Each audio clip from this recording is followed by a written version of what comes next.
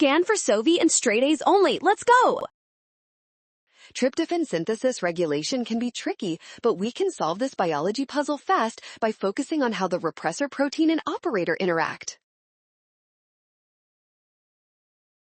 The TRPR gene produces a repressor protein that moves through the cell to find the operator. Because this protein is a mobile factor, it can work from anywhere in the cytoplasm.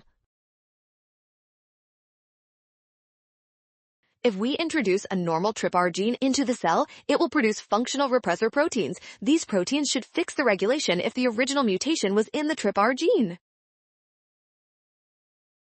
However, a new repressor cannot fix a broken operator sequence on the DNA. This distinction makes option B the perfect experimental test for our scientist.